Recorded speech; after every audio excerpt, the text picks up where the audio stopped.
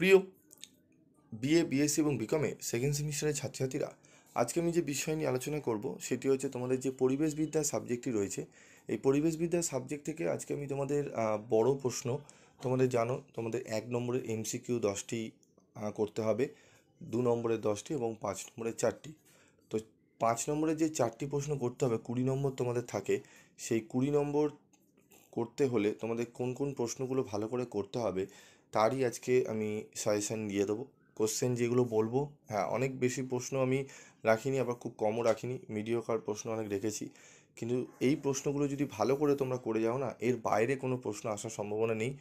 মানে তোমরা এখান থেকে 2 নম্বরের প্রশ্নগুলোও কভার করে নিতে পারবে এবং 5 নম্বরের 4টি, মিনিমাম 3টে প্রশ্ন তো কভার করে নিতে পারবেই, 4টি তোমরা পেরে যাবে কভার করতে, ঠিক আছে। এবং 2 মার্কসেরও মোটামুটি 10টা তো দেয়, তোমরা 5-6টা মিনিমাম কমন পাবেই, ঠিক আছে।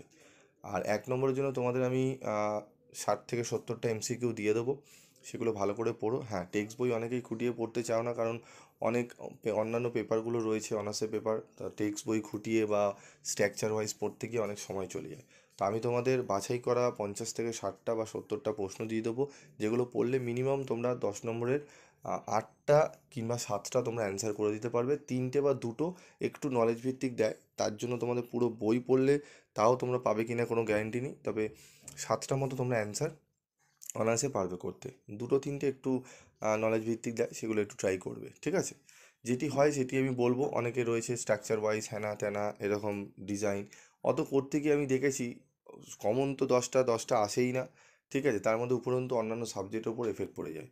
তো চলো দেখে নাও আমাদের 5 নম্বরের কী প্রশ্ন রয়েছে। প্রথমেই যে প্রশ্ন রয়েছে, চিপকো আন্দোলনের ওপর সংক্ষিপ্ত টিকা লেখো। এই চিপকো আন্দোলন, ঠিক আছে, খুবই গুরুত্বপূর্ণ প্রশ্ন তোমাদের জন্য। তোমাদের 3টে শিফটে পরীক্ষা হবে, তোমরা ফার্স্ট সেমিস্টারে দিয়েছো জানোই। তো মিনিমাম 2টো শিফটিংয়ে বা একটা শিফটে কিন্তু এই প্রশ্নটা আসতে চলেছে। নয় মর্নিংয়ে দেবে, নয় ডেতে দেবে, নয় ইভিনিংয়ে দেবে। এবার কোথায় দেবে সেটা বলা খুব দুরূহ ব্যাপার, কঠিন সাধ্য। তাই বলবো এই প্রশ্নটা ভালো করে তোমরা রেডি করে নাও। এর সাথে আরও 3টে আন্দোলন রয়েছে, সেই 3টে আন্দোলন করলে 100% প্রশ্ন এখান থেকে একটা পাবেই পাবে কমন। আমি আসছি সেই নিয়ে বলবো তোমাদের। তো উপকেন্দ্র কি, ভূমিকম্প কিভাবে সংঘটিত হয়, ঠিক আছে, এই প্রশ্নটিও গুরুত্বপূর্ণ। পরিবেশ সচেতনতা বিস্তারে তথ্য প্রযুক্তি ও গণমাধ্যমের ভূমিকা আলোচনা করো বা সম্পর্কে লেখো। অত্যন্ত গুরুত্বপূর্ণ এই 3টি প্রশ্নই। তারপর রয়েছে দেখো, পুনর্বাসন ও পুনঃস্থাপন বলতে কী বোঝো, সংস্কৃতি কিভাবে পরিবেশ সংরক্ষণকে প্রভাবিত করে, পরিবেশ শিক্ষার মূল উদ্দেশ্যগুলি কি, একজন নাগরিক হিসাবে পরিবেশ সচেতনতার মাত্রা কিভাবে বৃদ্ধি করতে পারে বা পারো, অপ্রথাগত পরিবেশ শিক্ষা বলতে কী বোঝো, এই অপ্রথাগত পরিবেশ শিক্ষার কয়েকটি পদ্ধতি সংক্ষিপ্তভাবে উল্লেখ করো, ঠিক আছে। মন্ট্রিয়ল প্রোটোকল এবং convention of biological diversity CBD এর উদ্দেশ্যগুলি সংক্ষেপে ব্যাখ্যা করো।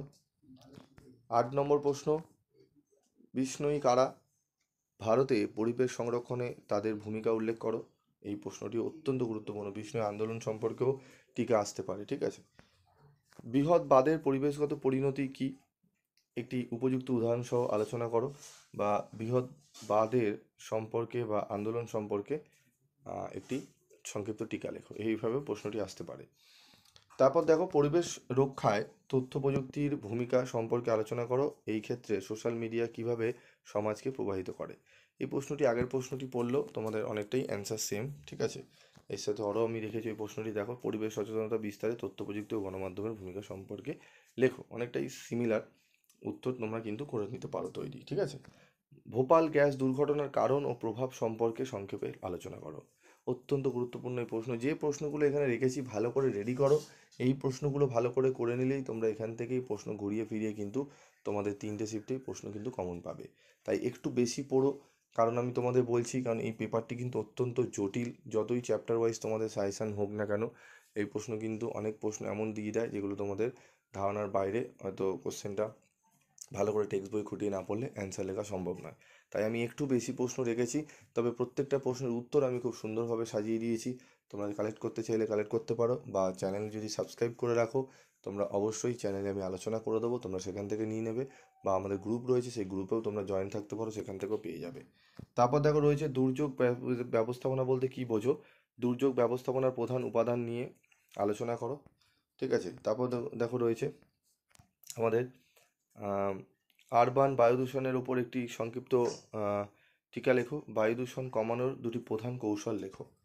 ঠিক আছে। তারপর দেখো পরবর্তী প্রশ্ন, পরিবেশগত নীতিবাদে, ঠিক আছে, পরিবেশগত নীতিবাদে এন্ড্রোপ্রোসেন্ট্রিক ও ইকোসেন্ট্রিক দৃষ্টিকোণ বলতে কি বোঝায়? ডিপ ইকোলজি কি? ফুকুশিমা কোথায় অবস্থিত? ফুকুশিমা পারমাণবিক বিপর্যয় কিভাবে ঘটেছিল? ঠিক আছে। মানুষের জনসংখ্যা বৃদ্ধির পরিবেশগত প্রভাব আলোচনা করো। পরিবেশ শিক্ষার ধারণা দাও, সংজ্ঞা ও গুরুত্ব আলোচনা করো। প্রশ্নটি গুরুত্বপূর্ণ। পরিবেশ শিক্ষার উদ্ভব ও বিকাশ নিয়ে আলোচনা করো। ঠিক আছে। থিবলিসি ডিক্লারেশনের মূল উদ্দেশ্য তা পরিবেশ শিক্ষার ওপর কী প্রভাব ফেলেছে তা ব্যাখ্যা করো, বা টিকা লেখো থিবলিসি, ঠিক আছে, ডিক্লারেশন। তারপর রয়েছে দেখো পরিবেশ সচেতনতা ও পরিবেশ শিক্ষার মধ্যে পার্থক্য সহ ব্যাখ্যা করো বা পার্থক্য লেখো। ঠিক আছে, বা সম্পর্ক লেখো। এই প্রশ্নটি অত্যন্ত গুরুত্বপূর্ণ।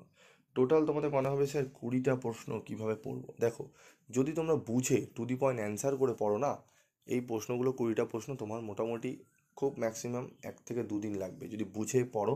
ঠিক আছে। এবং যদি আমার কাছে ক্লাস করে থাকো, আমি এগুলো একদম, ক্লাস যারা করনি আমার কাছে যারা করছে, আমি এগুলোকে একদম 2 দিনের থেকে 3 দিনের মধ্যে আমি পুরো একদম করিয়ে দেবো কমপ্লিট। যারা এখনও পর্যন্ত ক্লাস জয়েন করনি তাদেরকে বলবো ক্লাস যদি জয়েন করতে চাও করতে পারো, বা তোমরা যদি স্টাডি মেটেরিয়াল দরকার হয় স্টাডি মেটেরিয়াল সংগ্রহ করে নিতে পারো। কারণ উত্তরের কোয়ালিটি সেইভাবেই তৈরি করা হয় যাতে ছাত্রছাত্রীরা 20টার জায়গায় 25টা 30টা প্রশ্ন করে নিতে পারে অতি সহজেই। ঠিক আছে। তারপর দেখো পরের প্রশ্ন, সাইলেন্ট ভ্যালি আন্দোলন সম্পর্কে টিকা লেখো। ঠিক আছে। বড়বাদ বিরোধী আন্দোলন সম্পর্কে টিকা লেখো। এই প্রশ্নগুলো আমি আগেও দিয়েছি, ভেঙে ভেঙে প্রশ্ন এরকম টিকা হিসেবেও আসতে পারে। ঠিক আছে। এগুলো তোমার মনে হচ্ছে 21 এবং 22 নম্বর, এগুলো ওখানেও আমি অরে দিয়ে দিতে পারতাম, অরে দিয়ে দিলে প্রশ্নের সংখ্যাটা কমে যেত, কিন্তু আলাদা আলাদা করে আমি দিয়েছি। ঠিক আছে। পুনর্বাসন ও তোমার স্থাপনের ধারণা ব্যাখ্যা করো। ঠিক আছে। দুটো একই সেম হয়ে গেছে, একটু চেঞ্জ করতে হবে। পরিবেশ নীতিশাস্ত্র বলতে কি বোঝায়? এর প্রকারভেদ আলোচনা করো। ইকো ফেমিনিজম কি? নারীর পরিবেশ রক্ষায় ভূমিকা উদাহরণসহ ব্যাখ্যা করো। নারীর পরিবেশ রক্ষায় ভূমিকাগুলি সংক্ষেপে বা উদাহরণসহ ব্যাখ্যা করো। টোটাল 25টা প্রশ্ন আমি এখানে রেখেছি। এই 25টা প্রশ্ন যদি ভালো করে তোমরা করে নিতে পারো, এখান থেকে আমার মনে হয় তোমাদের ম্যাক্সিমাম 5 নম্বরে 3টে মিনিমাম তোমরা প্রশ্ন তো কমন পেয়েই যাবে, ম্যাক্সিমাম 4টেও পেয়ে যেতে পারো, এবং এখান থেকে বহু 2 নম্বরের কোশ্চেনও কিন্তু তোমরা কমন পাবে। ঠিক আছে। আমি তবুও 2 মার্কসের তোমাদের 20টা থেকে 25টা 2 নম্বরেও 25টা প্রশ্ন আমি দিয়ে দেবো এবং উত্তর সহ দেবো। তার জন্য তোমাদের চ্যানেলের সাথে থাকতে হবে এবং তোমাদের চ্যানেলটি সাবস্ক্রাইব করে পাশে থাকা বেল আইকনে ক্লিক করে রাখতে হবে। ঠিক আছে। আজকের মতো ভিডিওটি শেষ করছি, দেখা হচ্ছে পরবর্তী ভিডিওতে। সকলে ভালো থেকো, সুস্থ থেকো।